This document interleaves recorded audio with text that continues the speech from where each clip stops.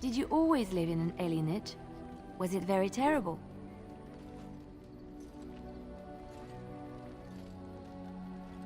That is good to hear. I have never been to the Denerim alienage, but I hear that life is hard and there is so much squalor. In Orlais, most elven servants live in the homes of their masters, often in great wealth and luxury.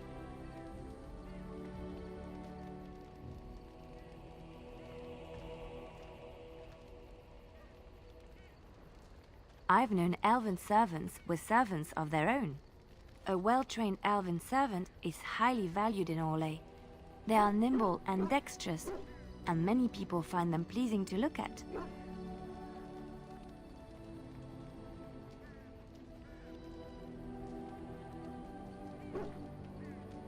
No, I did not mean it that way.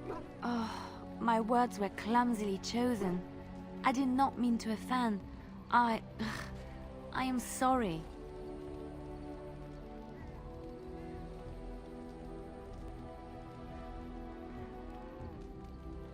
Thank you. You have given me a lot to think about.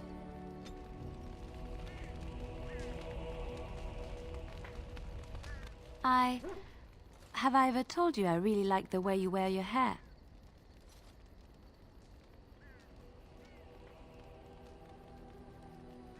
It's very nice and it suits you. Simple. Not like the elaborate hairstyles we wore in Orlais.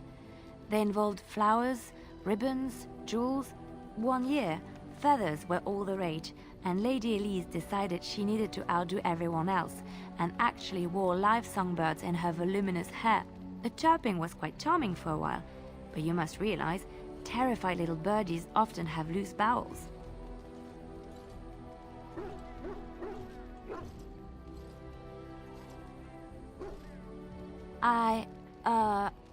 I'm not sure, but I was trying to say something nice to you, wasn't I? Oh, forgive me. My mind wanders so. It's just that I feel so comfortable talking to you, like I could say anything and you wouldn't judge me.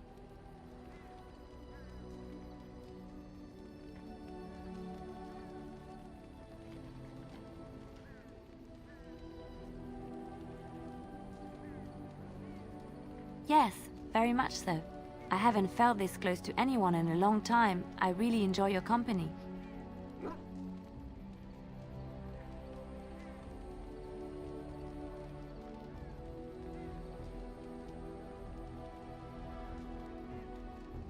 Thank you. I am honored that you feel that way. Something I can help with?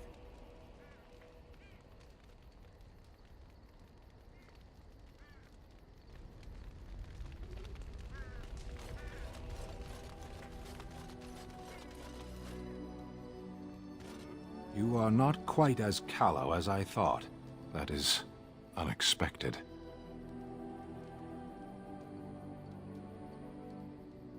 You're welcome.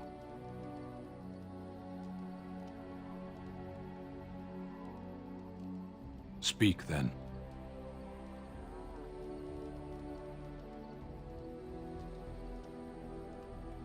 We have no mages such as you do.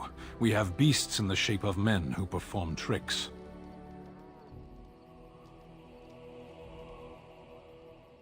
True. I suppose it is also horror and perversion.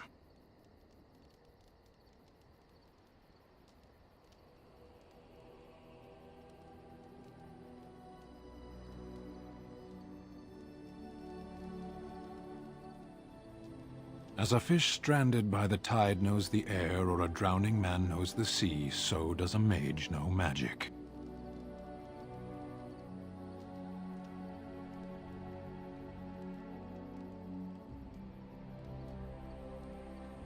Knowledge is one half of wisdom, but there are many things that can only be known too late. Arshera, are we going to fight the Darkspawn, or chatter until they grow bored and leave? Very well. Ours wear the faces of men.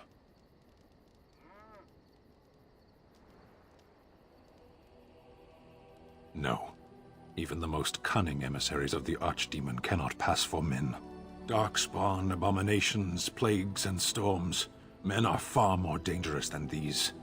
One moment of betrayal can bring more ruin than an earthquake. You know this.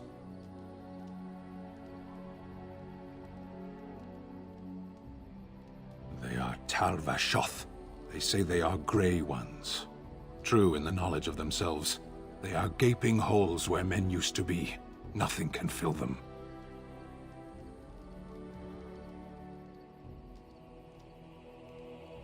I don't know. There was a village in the mountains of Saharon. Farmers. They grew cinnamon and nutmeg trees in perfectly ordered rows. There would always be one person waiting, a foreman, a harvester, rank didn't matter.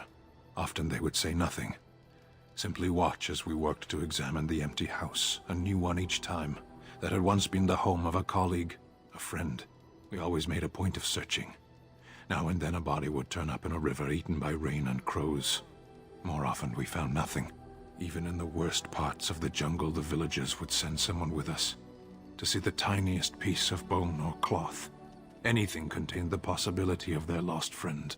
Must we speak of this? We could be fighting something. As you wish.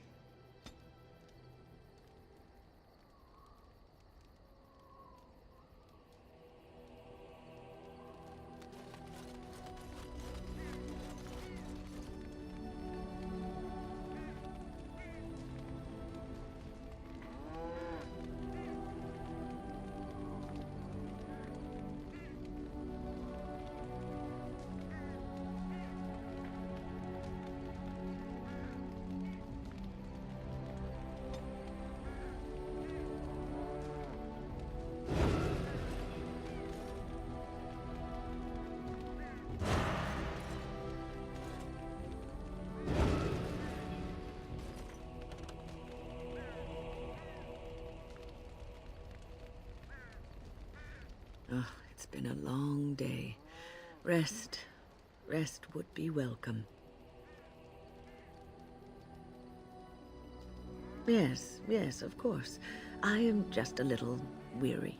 As you may have noticed, I'm no spring chicken.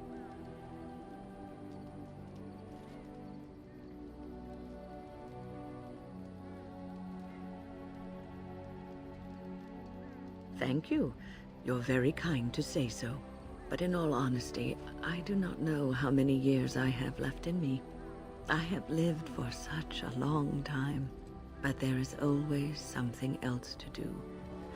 And I have to keep going in order to do it. I think I will be glad when I am done.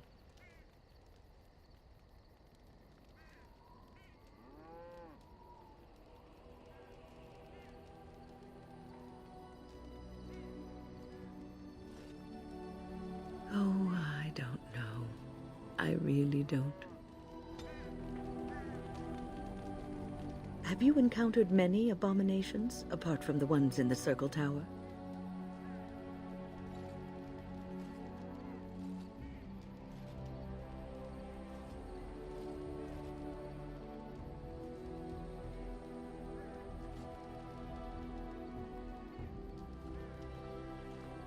You are younger than I, and your nerves yet have some steel in them. Did you feel any fear facing the abominations?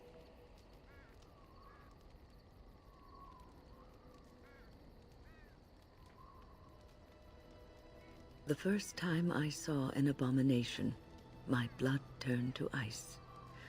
It was months before the nightmares stopped. It was the knowledge that I could easily become one of them that frightened me the most.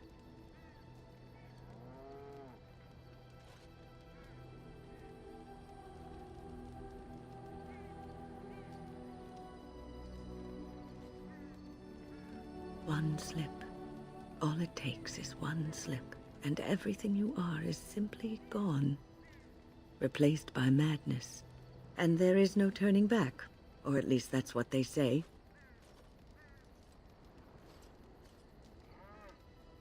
Of late, I have begun to wonder if there is any way an abomination can be cured, or if a mage could be so possessed and still retain their sanity, their humanity.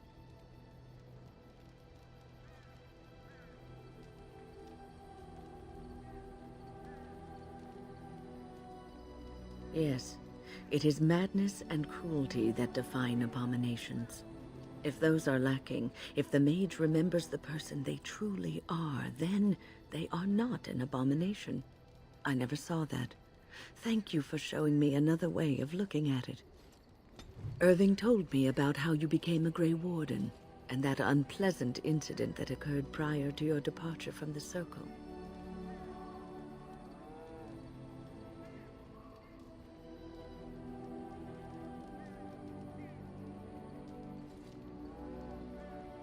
That's not something either of us can alter, so it is best to put it behind you. But that aside, you're a Grey Warden now, and perhaps I presume too much by saying this, but the Circle is proud of you.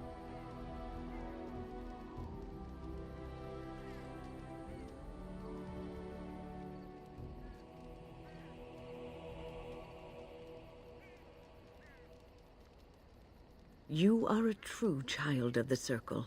Raw power tempered with learning, wisdom, and the desire to serve others. Sometimes it gives me comfort to think that everything will end up the way it's supposed to. That it will be all right. You were chosen. You survived the joining when others did not. Perhaps it was meant to be.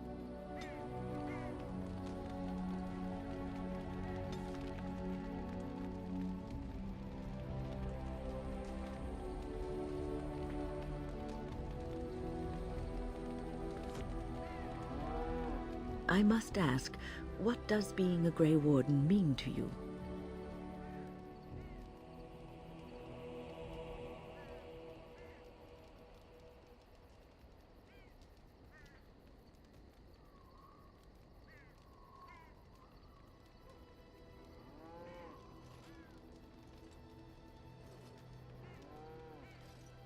There's that, of course.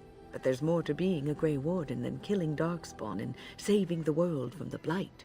Ultimately, being a Grey Warden is about serving others, about serving all people, whether elves or dwarves or men.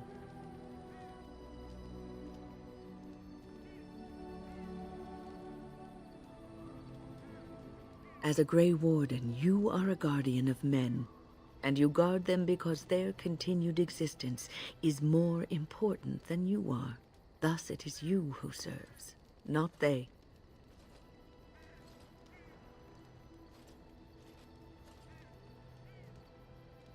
A good king, a true king who cares for his land, uses his power to rule firmly but fairly. He serves his people first and foremost. The king who does not do this, who believes that he is entitled to his power, who abuses it and uses it for his own means, is a tyrant.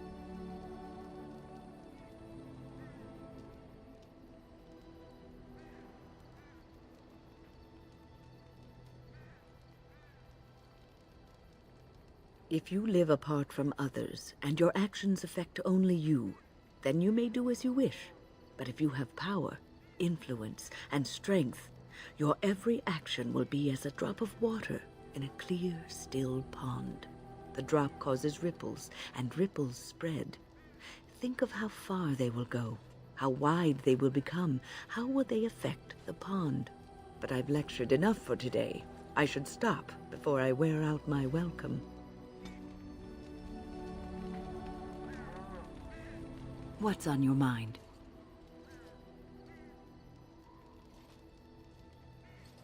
It is no trouble.